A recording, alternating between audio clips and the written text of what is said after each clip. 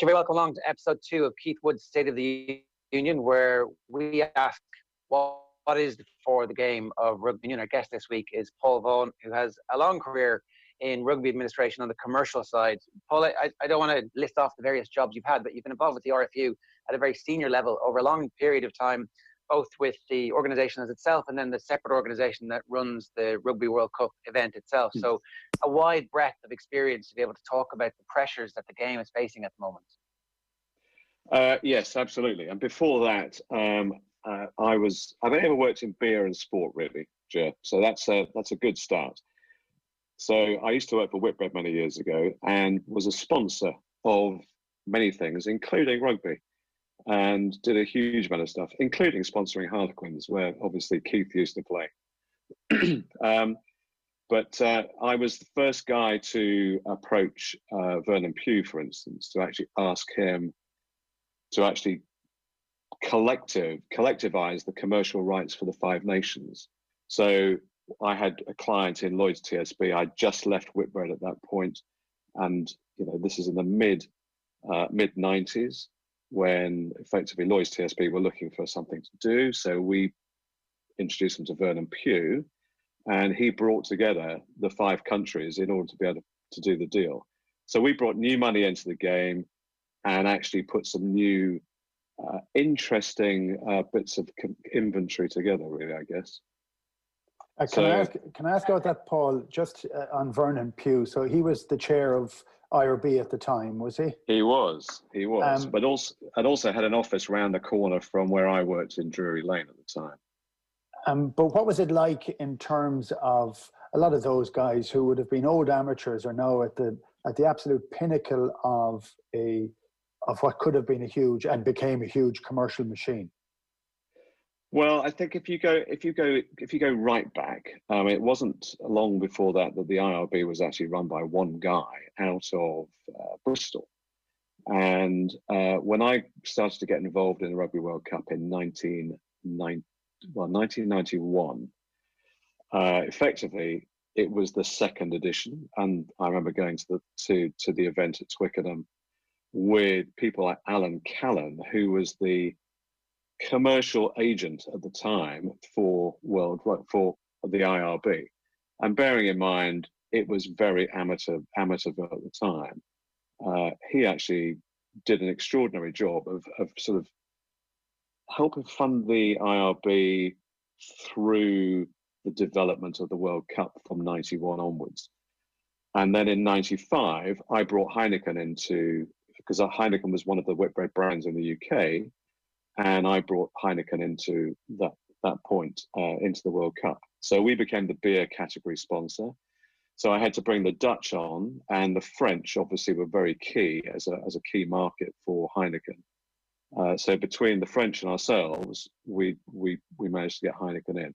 So, and Heineken's involvement then stayed through for some time until Guinness took over in 1999, and I worked on the Guinness account when I worked for Alan Pascoe at the time as an agency before I joined the RFU. So sort of a long history of in and out of different brands, same sort of tournaments, and a lot of knowledge being built in terms of how you do things. Because if you remember back in 1991, I mean, it was a bit of a free for all in terms of the World Cup, for instance, when Sony was the broadcast sponsor on ITV in this country, and that really hacked off everybody else because Sony weren't a sponsor of the event. So that's when they had to change the rules of who was allowed to have first crack at sponsoring the broadcast piece if they did a broadcast deal. So inevitably in 95, Heineken, through me, I did the broadcast deal as well. So it was a good opportunity to actually get Heineken on the map. At the same time, through my relationship with Vernon Pugh, I sponsored the inaugural Heineken Cup, the European competition, because we had a relationship with a number of clubs across Wales and England in particular, and broadly we invented the origins of the European Cup, which then Vernon Pugh then sold back to me through Alan Callan. But it was a sort of a tangled web at the time. Yeah, it's funny because I look back on that and like we touched on this last week as well, but it's good to have a kind of almost an insider involved in it as well. Yeah. And when the game went professional, and the reason we talk about this is because of the influence that the English club game has had in the intervening 25 years, where it has a huge level of influence. It is feared quite heavily by the national unions. It's feared a fair bit, I think, by World Rugby because it carries a huge amount of financial clout and influence, as does the French. But in that period of time, I mean, how did it get to the point that the RFU didn't take control of the club game? Because if that had happened, would we have a very different landscape now? Well, if you remember going back to the World Cup in 1995, and the game then decided to go pro at the final dinner, effectively, of the World Cup after the final.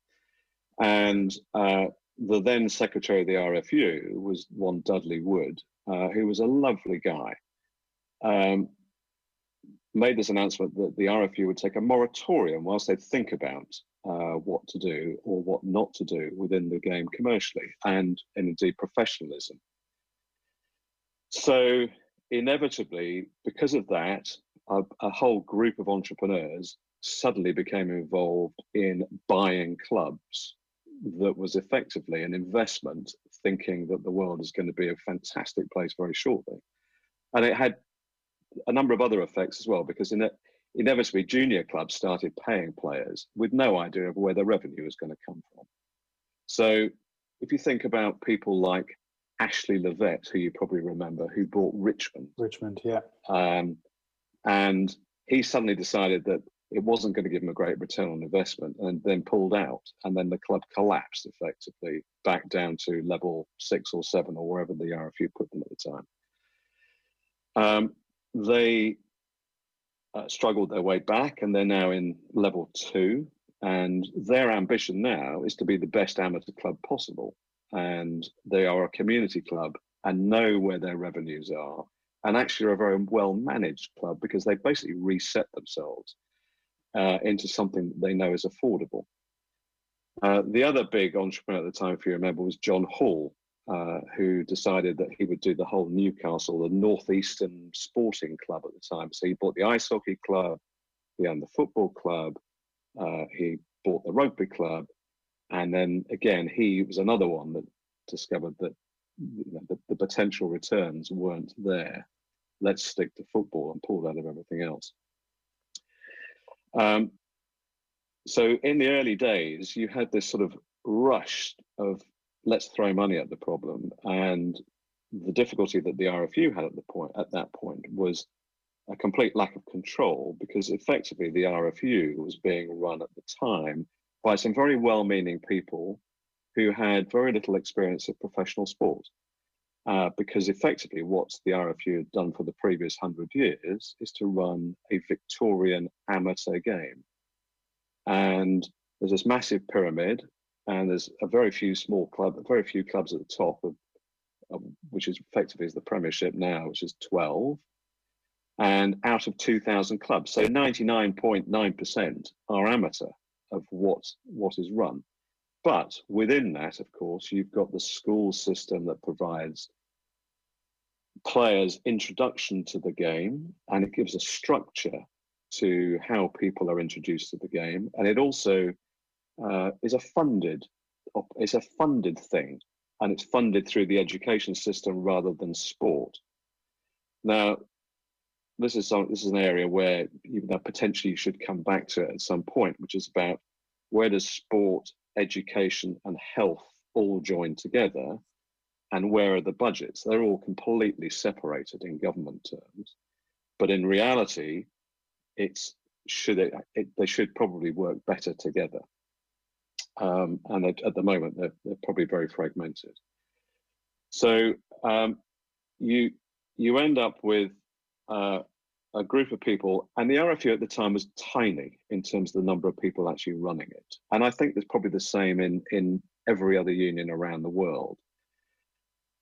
As professionalism drove the differences between you would remember the amateur times and amateur players suddenly becoming professional and playing and representing your country, and suddenly it was a whole, well, who's going to pay us, and where's the money coming from, and who's going to release who for training or touring, or what are the Lions going to do, and all of this sort of stuff that's just massive questions and quite difficult for a group of people who had no experience of running professional sport.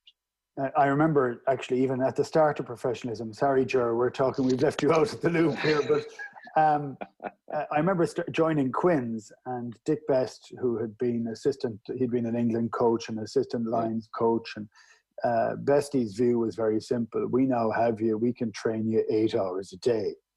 You know, like that lasted 2 weeks until everybody fell apart, and then it suddenly became a little bit more organized again. And like, it was funny because there was a huge amount of nervousness over the commerciality of the game, because we thought that we would, even when I was over in Quins, that we would still be able to work.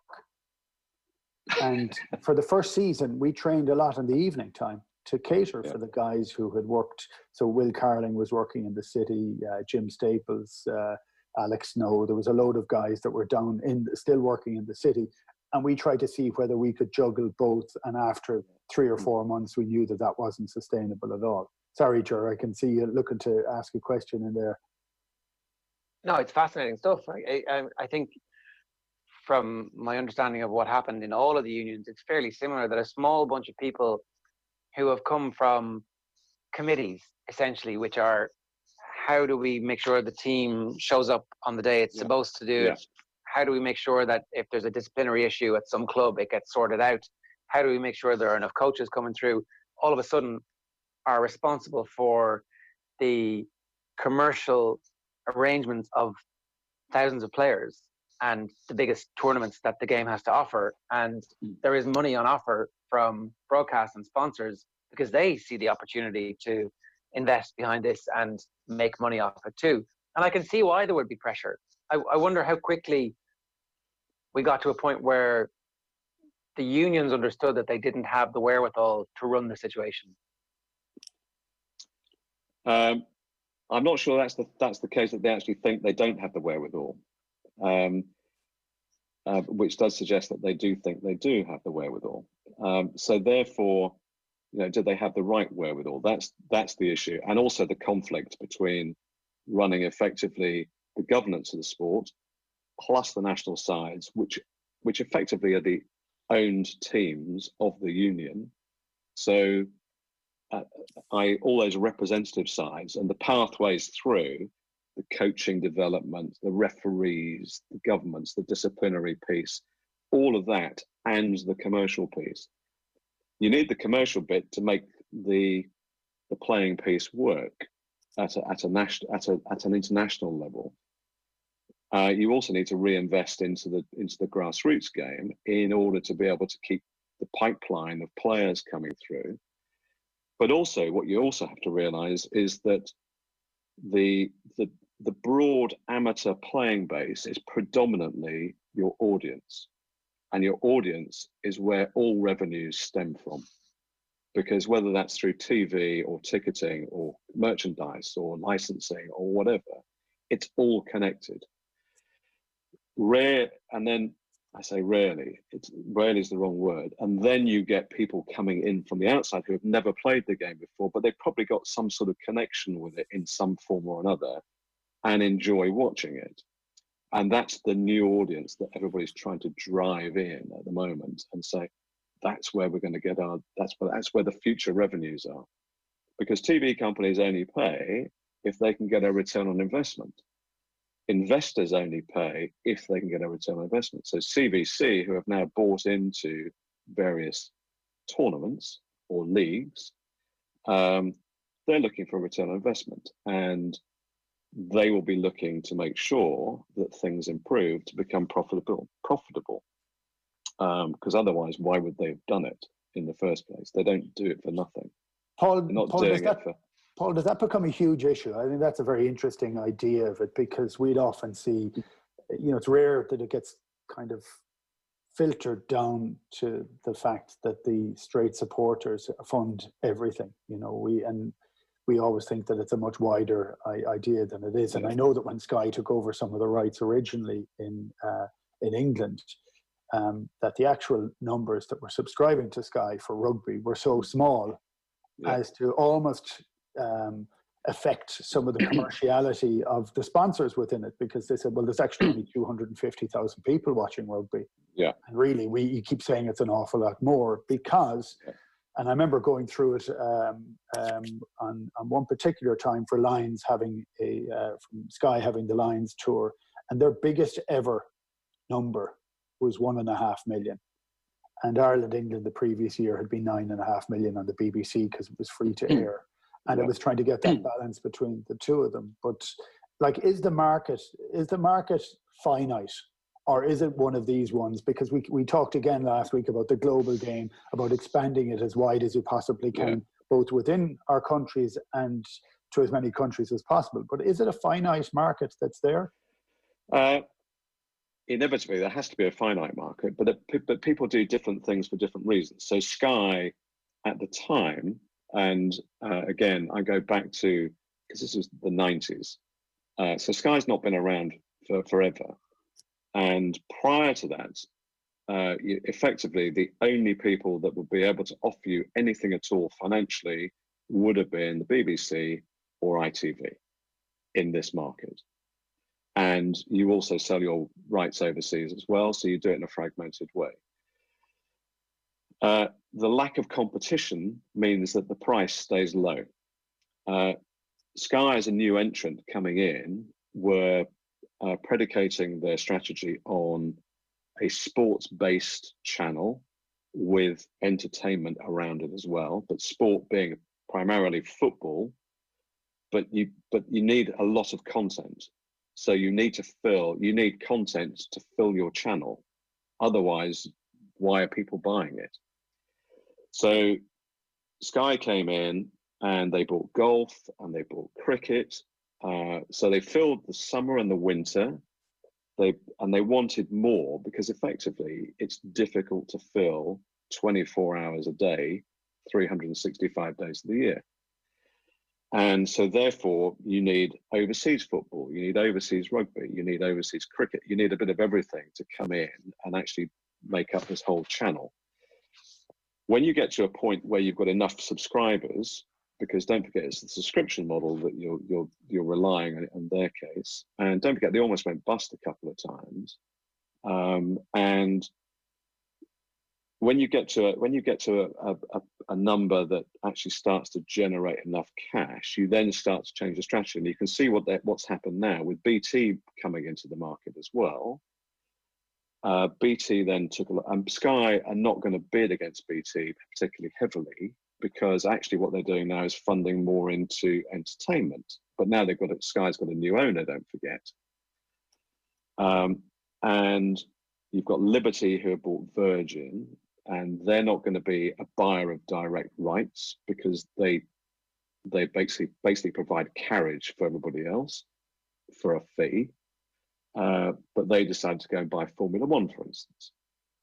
And actually, they haven't made any money yet, I don't think. But what they've done is they've expanded the cost base massively, as far as I can see.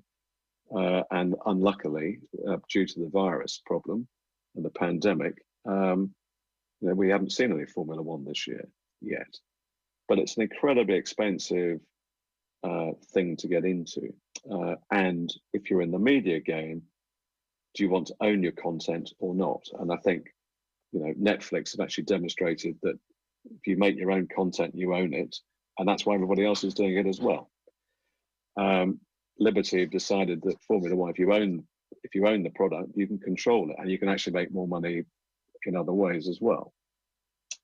So, coming back to rugby and coming back to TV, I think the market is going to right itself to a degree in terms of who's bidding for what. And if you've only got BT bidding, and they've done a deal, a supply deal between BT and Sky, and vice versa in terms of carriage, that effectively that depresses competition for rights. So therefore the price will drop. I mean, it's simple economics and simple supply and demand. So if you want something badly enough, you'll pay a lot of money for it. But you've got to have a reason why you want it. And it's not always about necessarily because I know I'm going to sell lots of advertising. ITV have done very well on that for the Rugby World Cup. But then again, it's a protected event. So they need to have terrestrial coverage, and therefore ITV have to come up with a reasonable price in order to be able to make it work. So there's lots of interesting nuances around the whole television area. But if you take a steady market, and I'm ignoring Amazon, and I'm ignoring all those sort of OTT products that are now out there, it's predominantly about how many people follow the game, how many people want to watch the game, and what is the value to you as an advertiser / subscriber or a subscription channel in order for you to be able to generate a return on investment. So if I buy your match for £1 million, I need £1.1 million back in other revenues. And how am I going to justify that otherwise to my board? Because otherwise you're just putting money down a big hole. So would you be negative on rights, on TV rights at the present moment in time? Do you think that they went and peaked and have gone back down again?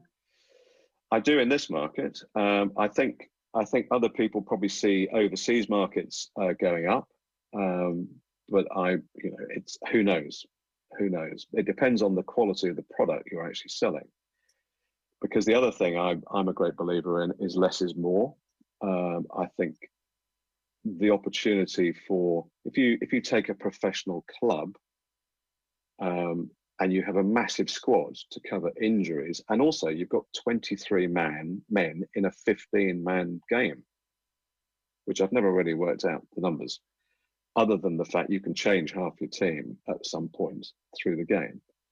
If you go back to having less people, you reduce your costs, but also you need to play less because you need to give them more rest. I mean, you understand the playing issues, but the more you make a product special, the more people will actually look forward to watching it. If it becomes wallpaper, it becomes wallpaper, and you lose that connectivity with it as a consumer.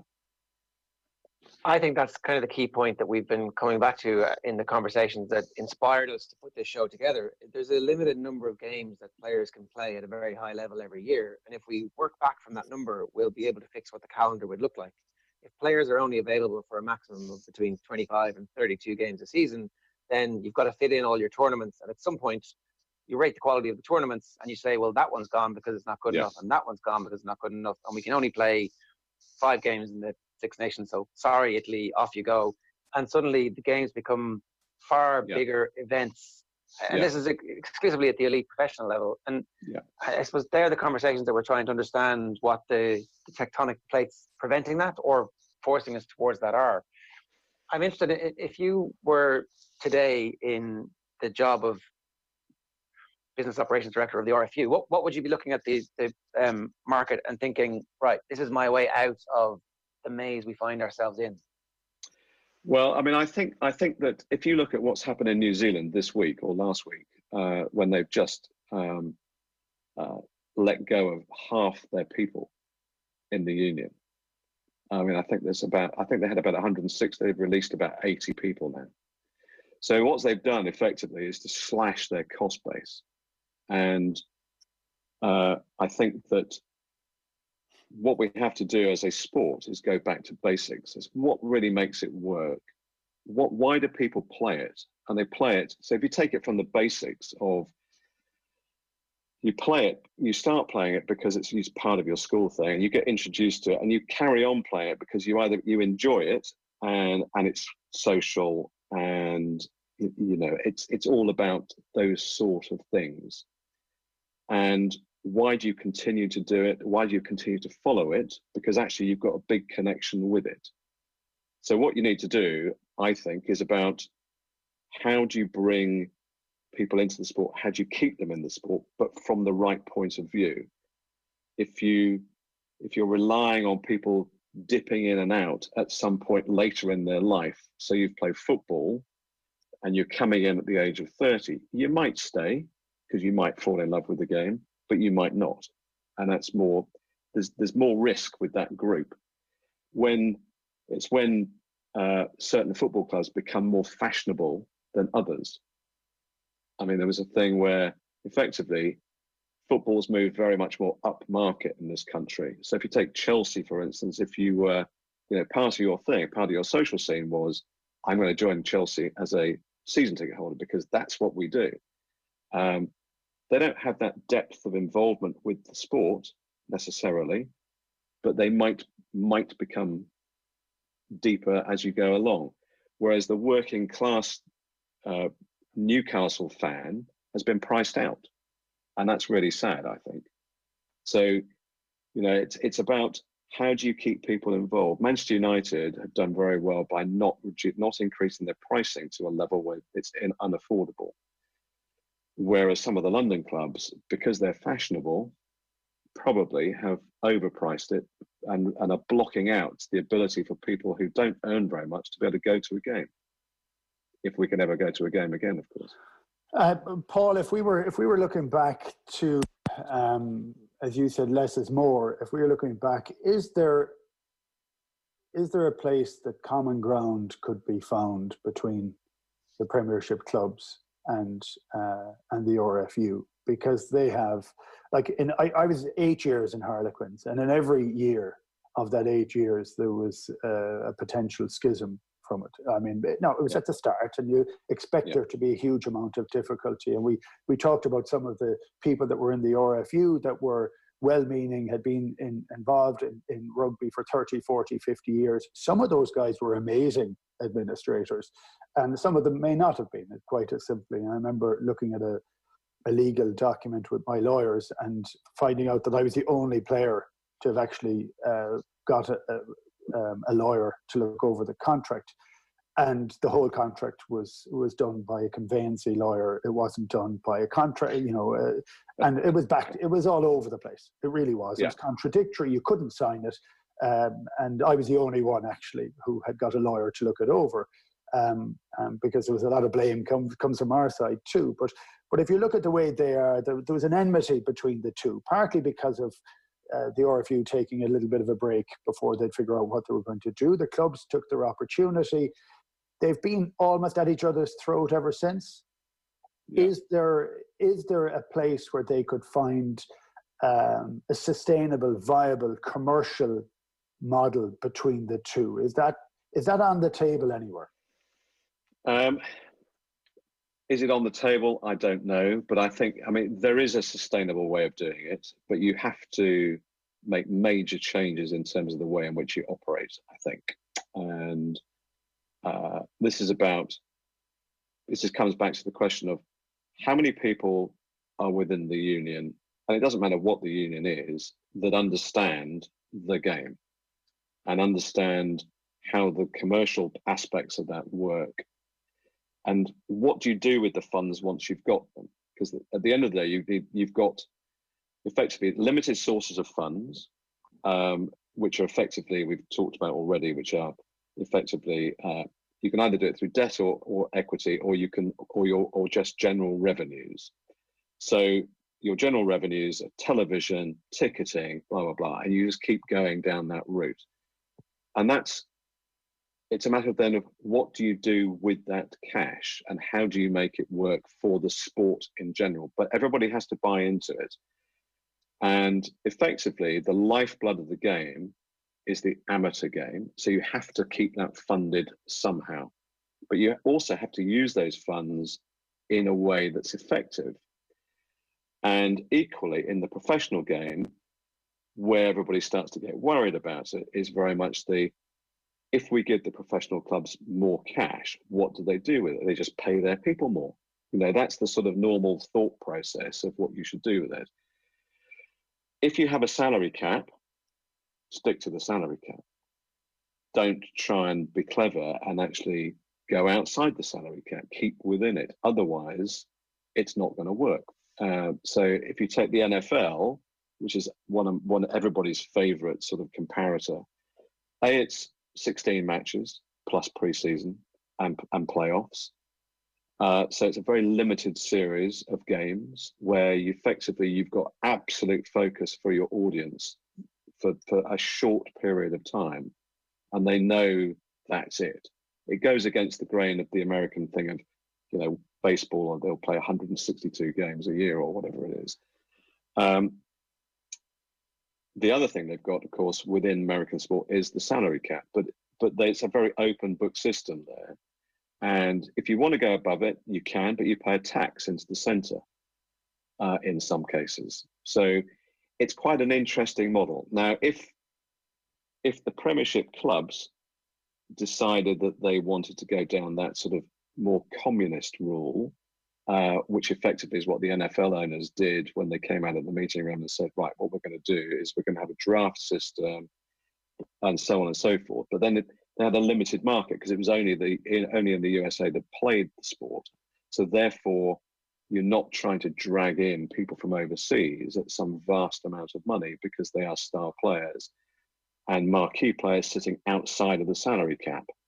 So, but if you have a salary cap, stick to the salary cap.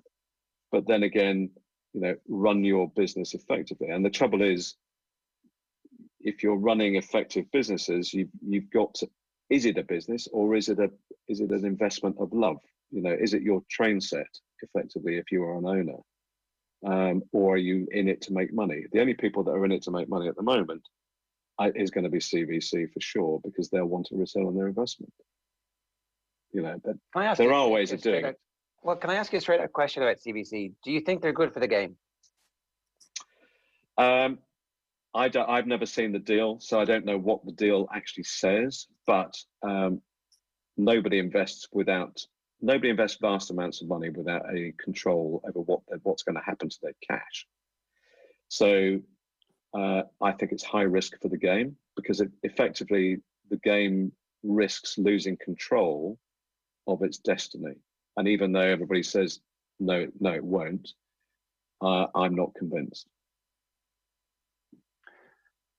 I suppose one of the counterbalance to a lot of the commentary around CVC is that your description of the union was perfect earlier on, and I suspect it was replicated, as I said, across all the unions. So yeah, if an outsider comes in and somehow knocks heads together and says, we now own a bit of the Lions Tour, we own a bit of all the leagues, and we own a bit of the Six Nations, I want them all to be properly scheduled, and this is your new schedule, lads, away you go.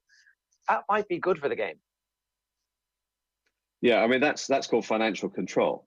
But what it does do is it takes away the history. That's the issue. And then what happens to it when CVC get bored with it or sell it on to somebody else? Because it's now worth a lot of money. So Bernie Ecclestone built F1, sells it to Liberty, and what are they going to do with it next? Who are they going to sell it to? And it's about thinking about the lifespan of a product is very different to the lifespan of a social enterprise, which is really what a lot of sport is.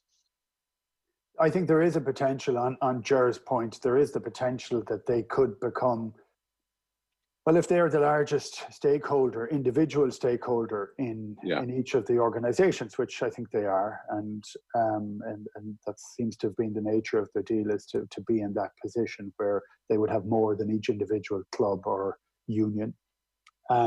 If they're in that place, if they can organize it within that idea, it constricts the professional game at the top.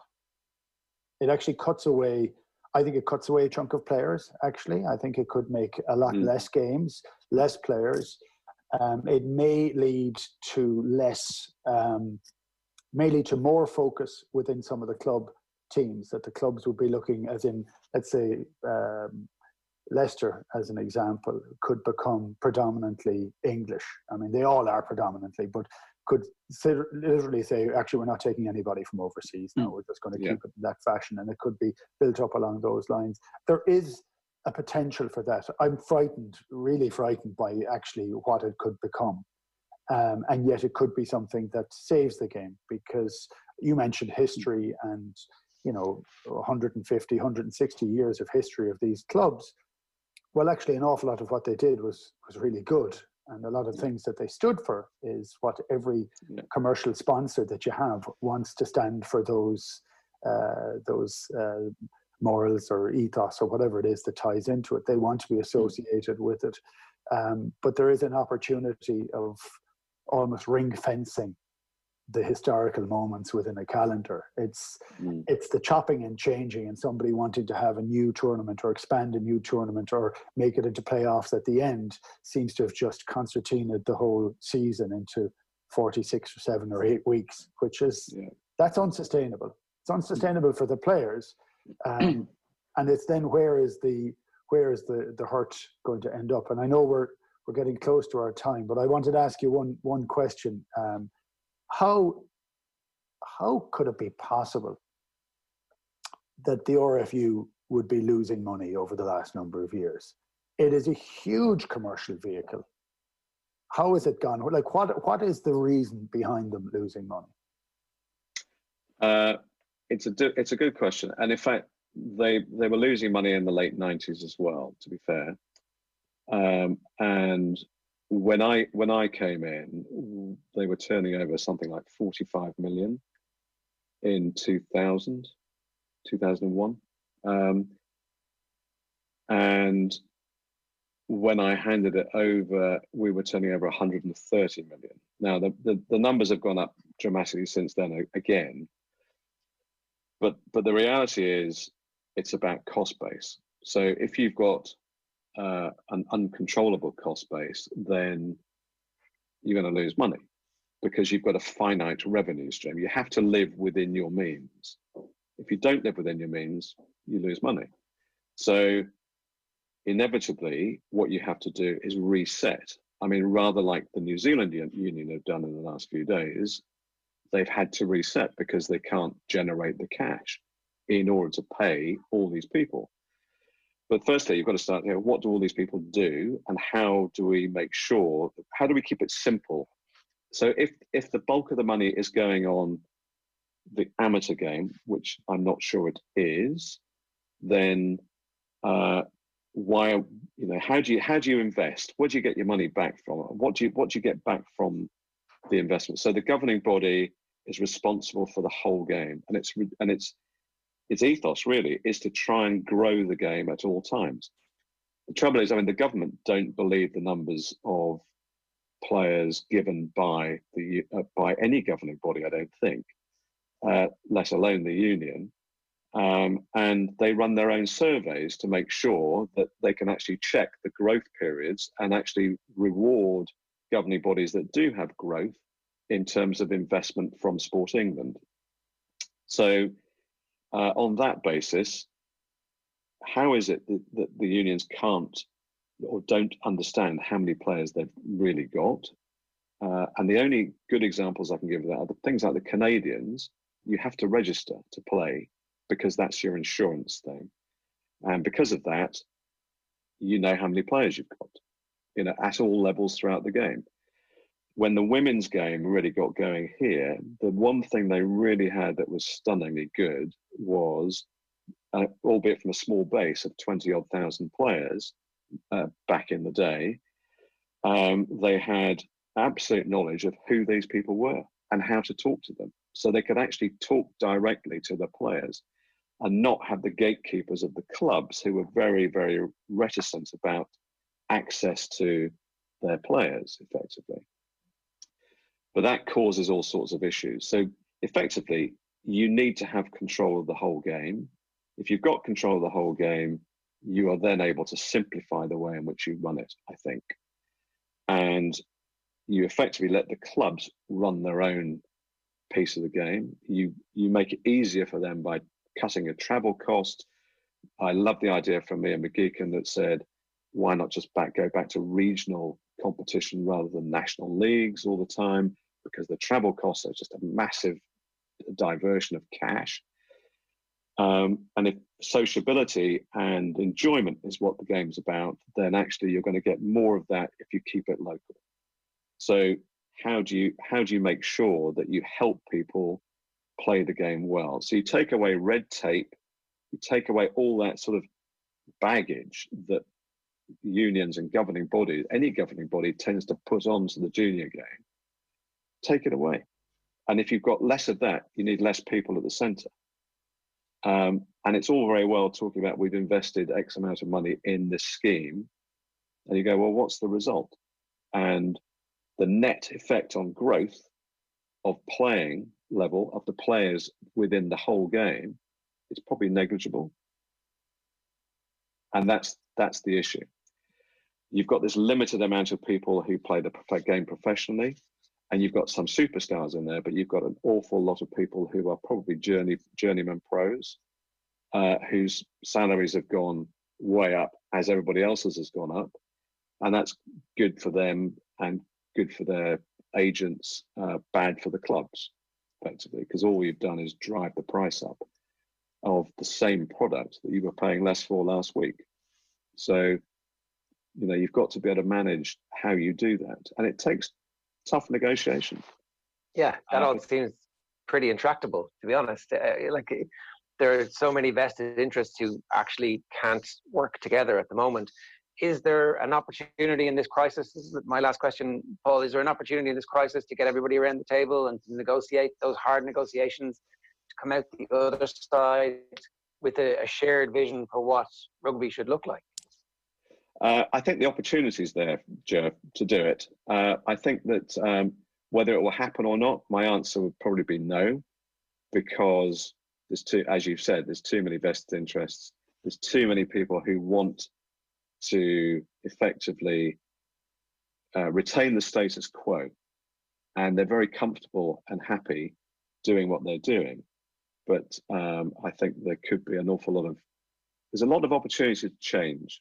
And at the end of the day, I have a great love of the grassroots game as well as the pro game, and the grassroots game has to survive longer term, because if it's not helped properly, it's going to wither on the vine. Keith, I know that's a big concern of yours, and actually that's kind of one of the fundamental issues we have with the sport at the moment. Yeah, it is. I was kind of leaving that just hang in the air there. There was a Pinterest pause, just because it's a kind of damning thought that we could lose the amateur side of the game. And look, I've always felt privileged that I played, that I went to a rugby school, that I played in the amateur and professional time. I got to see both sides of it. But I can tell you now that when you talk to any rugby supporter, it's exactly as Paul said, that an awful lot of them have played, and they'll all say, well, I didn't play at your level. But that never mattered, because it was the link of the fact we're all experts. We are all experts. We're all Egypts at the same time, and we all kind of threw ourselves around with willful abandon. And there is something incredibly. Look, we talk about the camaraderie, and you talked about what are the parts that people like. They like the emotional side of it. They like the fact that it's very difficult. They like the fact that it's a game for all shapes and sizes, and they like the fact that that it is so unbelievably tough on the field. Yeah. And they like the fact that there's handshakes and hugs afterwards, and that there's great friendships that are made from it. Yeah. So, look, we can't miss it. We can't let the amateur game fall by the wayside. But it is a point of how do you, again, ring fence monies in this instance to make certain that the amateur game is run incredibly well, incredibly efficiently. And for me, it's whether that reset button now looks at the system that we have. And tidies it up a bit more, Paul, Yeah, I think it's back to basics, really. If you think about it, when I started playing, and when I left school, you ended up doing this, you paid to play. and you enjoyed paying for the privilege of being part of your team, effectively. So if you've got this cooperative system of funding that didn't require external funds being pumped in, because your cost level was very low. You know, if you keep your cost level, because what do you need? You need kit. You know, if you've got a clubhouse, you're lucky, but you can generate some funds out of that. And, you know, the slightly ancillary bit and a bit of help from the local chairman and, you know, et cetera, et cetera. But the membership generally ends up paying. So you have a fundraiser once a year, and we've all done that. We've all had to go and do stuff and raise money. As soon as you start paying people who have got no chance of ever attracting anybody through the door to pay money, there's no point. I mean, you're going the wrong way. So you've got to stop players being paid at that level. But you also have at the same time, make sure you collect as much cash as you can. I mean, I'm involved in a thing called Slate app, which is effectively helps junior clubs collect cash. And it does it on a phone because nobody carries cash anymore. And this crisis, this coronavirus, will actually thrust more people that way because nobody will want to actually touch money anymore. So it's all going to be by app or however we do it. But you know, we've done very well. We know that in football, for instance, only 60% of junior players pay their subs, so the other 40% don't pay. And that's a massive amount of money. Where does it all go? You know, oh, so I'll pay you next week. You've got to find a system that actually helps clubs to collect the money that's owed in order to actually help them survive. And survival is really the name of the game, I think, in a lot of places now. Yeah, across all levels. Across all levels. And it's, you know, the fact that at the moment that professional rugby has absolutely zero income coming in at all is a massive worry. And you know, it's really got to make sure that it plans for how do you do that? How do you financially survive the crisis, as it were? How long is it going to go on for? We don't know. I hope we've raised some other questions as well as that. Paul, you've been great with your time. It's been fascinating listening to you. Thanks a million for being this week's guest on Keith Wood's State of the Union. You're welcome. Thanks, Jeff. Thanks, Keith. Yeah, cheers, Paul. Great seeing you again.